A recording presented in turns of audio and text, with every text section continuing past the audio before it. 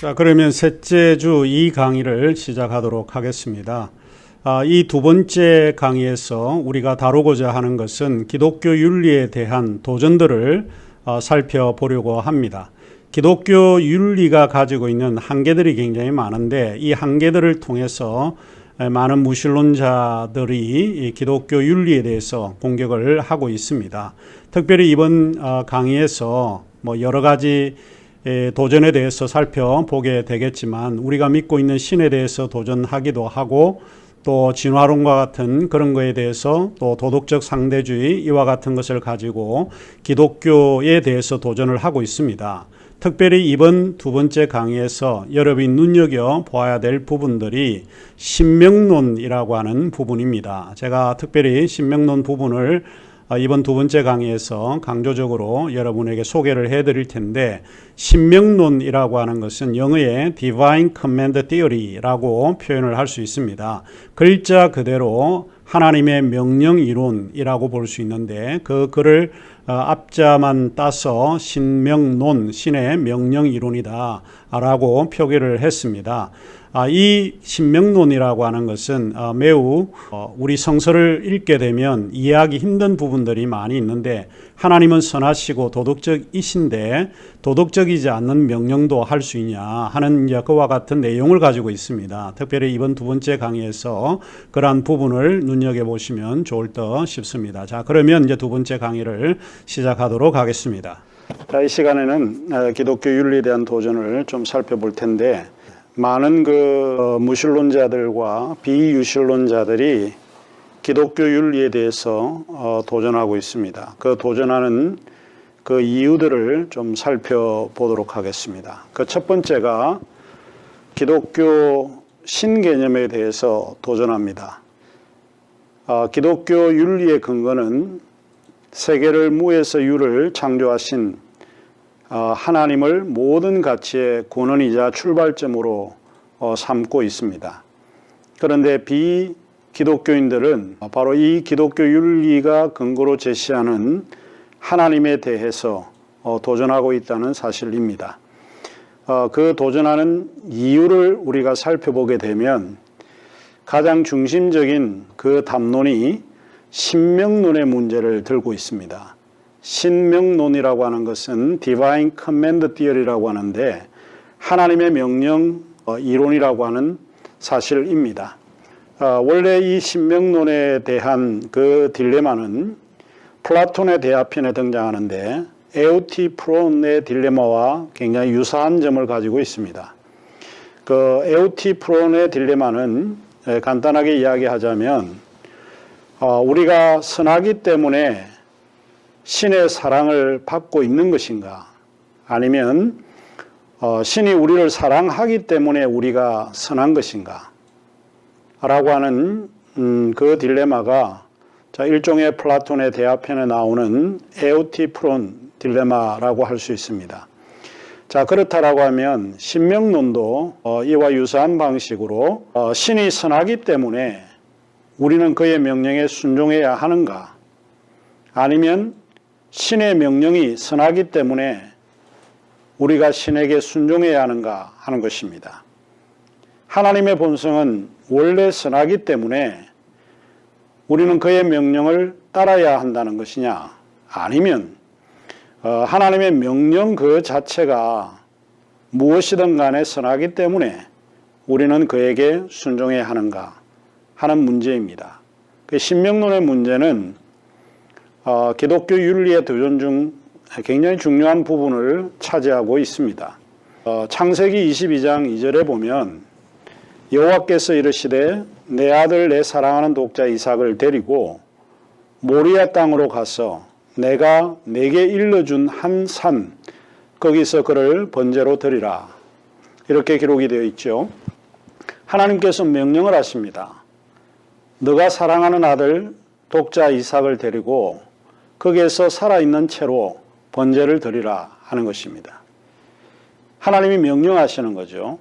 하나님의 명령에 관한 담론을 신명론이라고 우리가 보통 부릅니다. 그 다음에 신명론 7장 1절에서 2절에 나오는 또 다른 하나님의 명령이 있는데, 내 하나님 여호와께서 너를 인도하사 네가 가서 차지할 땅으로 들이시고 내 앞에서 여러 민족 헷 족속과 기르가스 족속과 아모리 족속과 가나안 족속과 브리스 족속과 히위 족속과 여부스 족속 곧 너보다 많고 힘이 센 7 족속을 쫓아내실 때에 내 하나님 여호와께서 그들을 내게 넘겨 내게 치게 하시리니 그때에 너는 그들을 진멸할 것이라. 그들과 어떤 언약도 하지 말 것이라. 그들을 불쌍히 여기지도 말며 이렇게 이야기를 했습니다. 여기에 너는 그들을 진멸할 것이라 라고 했을 때 NIV 성경에는 You must destroy them totally. 그러니까 완전히 파괴시켜라 해야만 한다라고 하는 것이 신의 명령입니다. 또 그들에게 show them no mercy. 불쌍히 여기지도 말아라. 그런 것들을 보여줘서도 안 된다. 하나님께서 이스라엘 백성들을 이끌어서 가나안 땅으로 들이시고 가나안 땅에 있는 사람들을 다 처치하라고 이야기를 하시고 그리고 그들을 진멸하고 살려두지 말아야 된다는 겁니다. 또 어떤 사람에게는 불쌍히 여기서 그들을 불쌍히 여기서는 안 된다라고 하는 것이죠. 자, 신명론이 가지고 있는 근본적인 논의는 이런 것입니다. 하나님은 선하고 전능하시고 모든 것을 다 할 수 있다는 겁니다. 그런데 하나님이 진멸하라고 명령하는 것은 윤리적으로 옳지 않은 거다는 거죠. 하나님은 윤리적으로 도덕적으로 옳지 않은 일도 명령하시는가 하는 것입니다. 많은 비유실론자들이 기독교 윤리에 대해서 공격하는 것은 기독교 윤리가 선하신 하나님이라고 하는 것을 전제로 하지만 하나님이 하시는 명령을 보면 선한 명령도 아닐 뿐만 아니라 또 하나님이 명령하는 그 내용이 윤리적으로 옳지 않다는 거예요. 사랑하는 아들 독자 이삭을 바치라 라고 하는 거가 윤리적으로 옳지 않은 일이고 가나안 땅을 점령해서 그들을 진멸하라 라고 하는 것과 불쌍히 여기지도 말라라고 하는 것은 실제로 윤리적으로 도덕적으로 옳지 않은 거다. 이제 이런 그 신명론에 대한 문제가 부각이 되면서 기독교 윤리가 상당히 도전을 받고 있다라고 하는 겁니다. 또 이와 유사한 구절 가운데 신명기 20장 13절에서 4절에 보면 내 하나님 여호와께서 그 성읍을 내 손에 넘기시거든 너는 칼날로 그 안의 남자를 다 쳐 죽이고 너는 오직 여자들과 유아들과 가축들과 성읍 가운데 있는 모든 것을 너를 위하여 탈취물, 플런더라고 하는 건데 약탈 및 강탈입니다. 약탈물이나 강탈물로 삼을 것이고 너는 내 하나님 여호와께서 내게 주신 적군에게서 빼앗은 것을 먹어라. 이렇게 명령하신 겁니다. 그러니까 이게 상당히 아주 하나님의 명령이 잔인하다라고 하는 것을 생각해 볼 수 있습니다. 그래서 비유실론자들은 기독교 하나님은 선하신 하나님인데 윤리적으로 옳지 않은 일을 그들 백성들에게 명령하신다는 겁니다. 그래서 기독교 윤리가 이 신명론에 의해서 사실은 심각한 도전을 받고 있다라고 하는 것입니다. 우리가 많이 들어본 이야기 가운데 하나가 도스토옙스키가 그런 이야기를 했습니다. 만일 신이 없으면 모든 것이 허용된다는 겁니다. 다르게 이야기를 하면 하나님이 존재하기 때문에 모든 것이 허용이 되지 않는다라고 보는 거죠. 거꾸로 이야기를 해서 비유실론자는 이 구절을 이렇게 해석을 합니다. 하나님이 없으면 모든 것이 허용이 된다. 결국은 하나님 때문에 모든 것을 못하게 된다라고 하는 이야기입니다. 자, 이 말은 신이 존재하기 때문에 모든 것이 규제된다는 뜻이죠. 인간이 자유롭게 행동할 수 없는 것은 왜 그런가? 하나님 때문에 그렇다는 겁니다. 자, 신은 왜 인간에게 온갖 규정으로 규제하고 억압하는가? 신이 규제하는 윤리적 규범이 바로 성서인데 성서에서 하나님이 우리에게 규정하고 명령하는 것이 윤리적으로 옳지 않은 것이다 라고 하는 것입니다. 자, 이게 굉장히 중대한 비판 중에 하나죠. 사이먼 블랙번이라고 하는 소위 Being Good이라고 하는 윤리책에서 그런 이야기를 합니다. 성서는 대체로 어린아이, 정신지체인, 동물, 환경, 이혼자, 무신론자, 다양한 성적 성향의 사람, 초로의 여인들에게 가혹한 태도를 취할 수 있는 자유재량권을 우리에게 부여하고 있다는 식으로 읽을 수 있다. 성서는 죄악으로 영원히 더럽혀진 타락한 피조물이라는 이유로 우리 자신에 대한 가혹한 태도를 조장한다. 자신에 대한 증오는 이제 불가피하게 다른 사람에 대한 증오를 낳는다. 참 이렇게 기독교 유실론에 대해서 좀 비판을 하는 거죠. 또 여러분이 잘 알고 있는 프리드리 니체는 그의 반그리스도라고 하는 책에서 이렇게 이야기를 합니다. 자신과 타인에 대한 잔인성, 곧 그것이 기독교적이다. 자기와 다른 생각을 가진 자들에 대한 증오, 박해하려는 의지도 마찬가지다. 정신, 긍지, 용기, 그리고 자유에 대한 증오, 정신의 자유 사상에 대한 증오가 기독교적이다. 상당히 이제 비기독교인들, 무신론자들이 기독교인들을 바라볼 때 기독교인들은 이미 정오심과 타인에 대한 잔인성을 가지고 있다라고 공격을 하는 거죠. 이런 것들이 어디서 나오는가?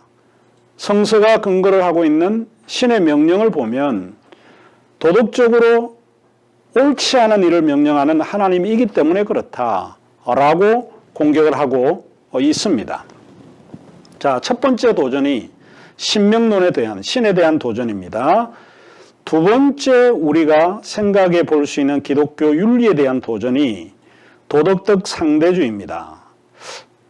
상대주의는 상당히 어느 학문에나 문제가 되는 개념이긴 하지만 도덕적 상대주의는 상당히 큰 문제를 일으키고 있습니다. 왜냐하면 기독교 윤리는 도덕적 객관주의를 주장을 하고 규범적인 요소가 상당히 많은데 이 도덕적 상대주의로 인해서 기독교 윤리가 붕괴되고 파괴될 수 있다라고 하는 것이죠.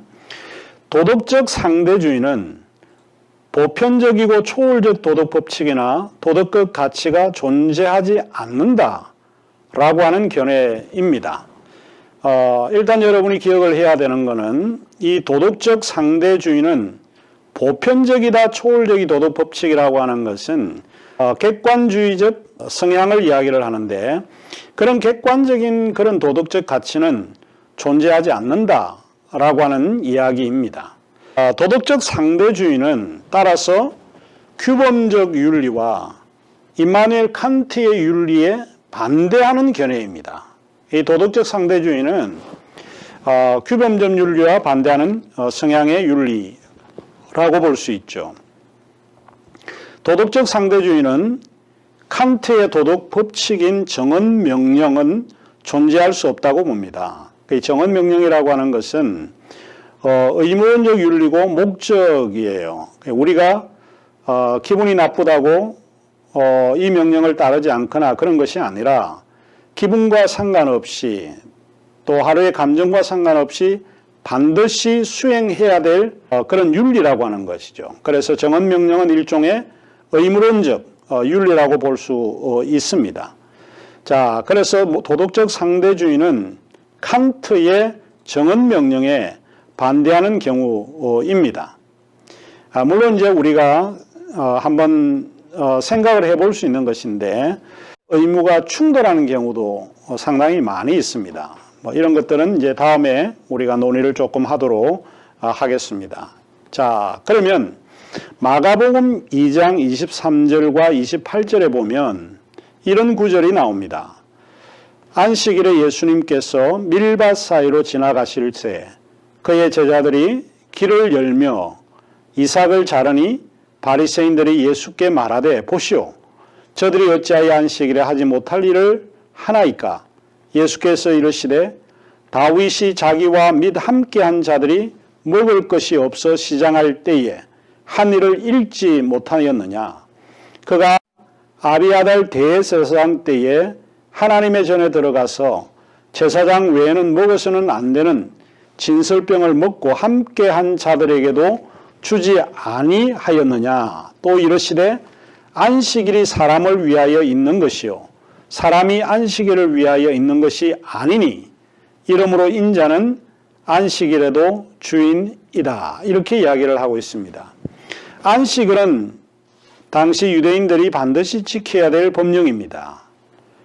그러나 예수님이 제자들과 함께 길을 가다가 배가 고파서 소위 이제 밀밭 사이에서 밀을 먹을 수밖에 없는 그런 환경이 된 거죠. 왜냐하면 시장하였기 때문에 그랬습니다. 그러면서 바리새인들이 비판을 한 것을 염두에 두고 예수님께서는 아주 중요한 말씀을 하시는데 안식일이 사람을 위해 있는 게 아니다. 사람이 안식일을 위하여 있는 것이니 그러므로 인자는 안식일에도 주인이 된다. 이렇게 말씀을 하고 있습니다. 우리가 안식일이 사람을 위해 있는 게 있는 거지 사람이 안식일을 위해서 존재하는 것은 아니다 라고 이야기를 하고 있는 거죠. 제가 그림 한 개를 가지고 왔는데요. 여러분이 잘 아는 렘브란트 가늠한 여인의 그림입니다. 굉장히 유명한 그림이죠. 이 그림에 대한 내용의 이야기는 요한복음 8장 31절에서 11절에 나오는 이야기입니다. 서기관들과 바리새인들이 음행 중에 잡힌 여자를 끌고 와서 가운데 세우고 말하되 선생이여 이 여자가 가늠하다가 현장에서 잡혔나이다. 모세는 율법에 이러한 여자를 돌로 치라 명하였거나 선생은 어떻게 말하겠나이까? 그들이 이렇게 말하면 고발할 조건을 얻고자 하여 예수를 시험함이르라. 예수께서 몸을 굽히사 손가락으로 땅에 쓰시니 그들이 묻기를 마지 아니하는지라. 이에 일어나 이르시되 너희 중에 죄 없는 자가 먼저 돌로 치라 하시고 다시 몸을 굽혀 손가락으로 땅에 쓰시니 그들이 이 말씀을 듣고 양심의 가책을 얻게 어른으로 시작하여 젊은이까지 하나씩 하나씩 나아가고 오직 예수와 그 가운데 섰던 여자만 남았더라. 예수께서 일어나사 여자 외에 아무도 없는 것을 보시고 이르시되 여자여 너를 고발하던 그들이 어디 있느냐? 너를 정죄한 자가 없느냐? 대답하되 주여 없나이다. 예수께서 이르되 나도 너를 정죄하지 아니하노라. 가서 다시는 죄를 범하지 말라 하시니라. 자, 우리가 지금 도전을 받고 있는 게 도덕적 상대주의입니다. 이 도덕은 어느 시대를 막론하고 규범적으로 작용하지 않는다라고 보는 거죠. 그 시대에 따라서 도덕은 다르게 해석을 해야 된다라고 이제 주장을 합니다. 이 구절에서도 소위 가늠하다가 현장에 잡힌 여인에 대해서 율법으로 이야기를 하자면 소위 돌을 맞고 처형되어야 마땅하지만 예수님은 너를 정죄하지 않는다라고 이야기를 하는 거죠. 동일한 법을 가지고 누가 어떻게 해석하는가에 따라서 다른 의미로 받아들일 수 있는 이런 것들이 우리 성경에도 많이 나오게 된다라고 하는 이야기입니다. 자, 그 다음에 이제 세 번째 기독교 윤리에 대한 도전으로서 이기주의라고 하는 게 있습니다. 이기주의, 에고이즘이라고 하는 건데 이기주의는 어떤 대상의 이익이 최대화되는 행동을 올바름의 유일한 기준으로 삼는 개념입니다. 사회적으로는 개인 또는 집단이 자신의 물질적 이익을 위해 공공선에 피해를 주는 행동을 이기주의적 행동이라 말하기도 합니다. 왜 기독교 윤리에 이기주의가 지대한 하나의 도전으로 자리 잡는가 하는 이야기입니다. 윤리학적 이기주의라고 하는 것은 우리가 자기 자신의 최대의 선을 정진하는 바를 행해야 한다는 견해입니다. 윤리학적 이기주의라고 하는 게. 그래서 윤리학적 이기주의는 사랑과 희생 및 이웃사랑을 지구한 윤리적 가치로 받아들이는 기독교 세계의 큰 도전이고 하나의 위협적인 견해라고 볼 수 있습니다. 자, 그 중에 기독교 윤리에 도전한 이기주의라고 하는 것, 이기주의를 우리가 좀 생각을 해봐야 되는데, 그러면 인간은 모든 이기주의를 초곡해 볼 수 있는가? 이게 사실은 많은 사상가들에 의해서 밝혀진 바는 인간의 이기주의는 그렇게 초곡할 수가 없다라고 이제 보는 경우가 많이 있습니다. 그 중에 한 사람이 애덤 스미스, 우리에게 알려져 있는 경제학의 아버지라고 볼 수 있는데, 애덤 스미스의 도전이죠. 경제적 가치, 그거를 굉장히 중요한 개념으로 보았던 사람 중에 하나인데, 인간의 이기심이 결국에는 삶을 긍정적인 요인으로 만든다는 거예요. 그러니까 인간의 이기적인 것이 많으면 많을수록 사회가 부유해지게 되고 개인도 부유해진다라고 하는 이제 이런 생각을 가지고 있습니다. 이를테면 저희 학교 밑에 가면 농협 소고기를 파는 농협이 있는데요. 소고기를 살려고 거기에 들어가면 소위 이제 소고기를 파시는 분이 굉장히 친절합니다. 그 사람이 내가 보여주는 이런 그 외모 때문에 그가 나에게 친절한 게 아니고 내가 소고기를 사기 때문에 나에게 굉장히 친절한 겁니다. 자기 이익을 위해서 나에게 친절한 거죠. 미국의 경우를 예를 든다라고 하면 미국의 서빙입니다. 식당에 가면 모든 서빙인데 15%에서 20% 팁을 줘야 합니다. 근데 그 서빙하시는 분이 늘 웃고 나에게 친절합니다. 이유는 뭘까요? 나를 좋아해서라기보다는 이기적인 마음 때문에 그런 거죠. 팁을 많이 놓아주기를 바라는 마음에서 친절한 겁니다. 그러니까 이런 이기주의가 결국은 우리의 삶을 긍정적인 요인으로 나타난다라고 하는 것이죠. 특별히 애덤 스미스가 한 말 가운데 하나가 보이지 않는 손, 즉 자기 이익의 추구가 사회 전체의 이익을 낳는다는 거예요. 조금 쉽게 표현을 하자면 이기적인 마음을 갖는 사람이 많을수록 사회 전체가 이익으로 흘러간다는 겁니다. 이런 이제 이기주의가 기독교에서는 반대하는 입장이고 또 기독교 윤리에서 반대하는 입장인데 애덤 스미스 같은 사람은 그렇지 않다라고 이제 주장을 하는 거죠. 그의 이야기를 좀 직접 인용을 해보면 개인은 오직 자신의 이익을 추구함으로써 보이지 않는 손에 이끌려 그가 전혀 의도하지 않았던 목적을 증진시키게 된다. 이렇게 주장을 했습니다. 그의 국부론에서 살펴보게 되면 우리가 식사할 수 있는 것은 푸줏간, 술집 또는 빵집 주인의 이타심 덕분이 아니고 그들의 이기심 때문인 것이라는 겁니다. 그 외에는 시민의 이타심에만 의존하지 않는다. 이렇게 단언적으로 이야기를 합니다. 그래서 이기심이라 이기주의라고 하는 게 반드시 나쁜 것은 아니다. 그런데 기독교의 윤리는 이기주의를 배격하고 소위 이타주의를 굉장히 강조하기 때문에 어쩌면 이 사회에서 이야기하고 있는 이기주의는 기독교 윤리에 거대한 도전이 아닐 수 없다라고 하는 이야기입니다. 또 기독교 윤리에 도전하는 이기주의를 주장하는 사람 가운데 무신론자인 리차드 도킨스의 이야기를 들어볼 수 있습니다. 리차드 도킨스는 이기적 유전자라고 하는 저서에서 굉장히 중요한 이야기를 하는데 유전자가 살아남으려고 하면 이기적이어야 한다는 겁니다. 이 생명체를 이끌어가는 주체는 유전자에 의해서 이끌어가는데 유전자는 이기주의를 만들어내는 기본 단위라고 보는 거예요. 그러니까 유전자는 불사신이고 영원한 겁니다.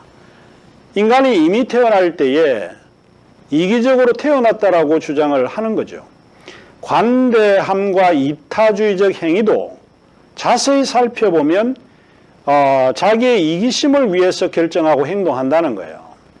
이 사회에 거대하게 기부를 하는 행위를 보게 되면 남들이 볼 때는 관대하고 이타주의적 행위로 이렇게 판단을 하지만 그 안에 자세히 넘어보면 세금을 덜 내려고 하는 거, 그런 이기심의 동기가 이미 그 밑에 밑바닥에 깔려 있다.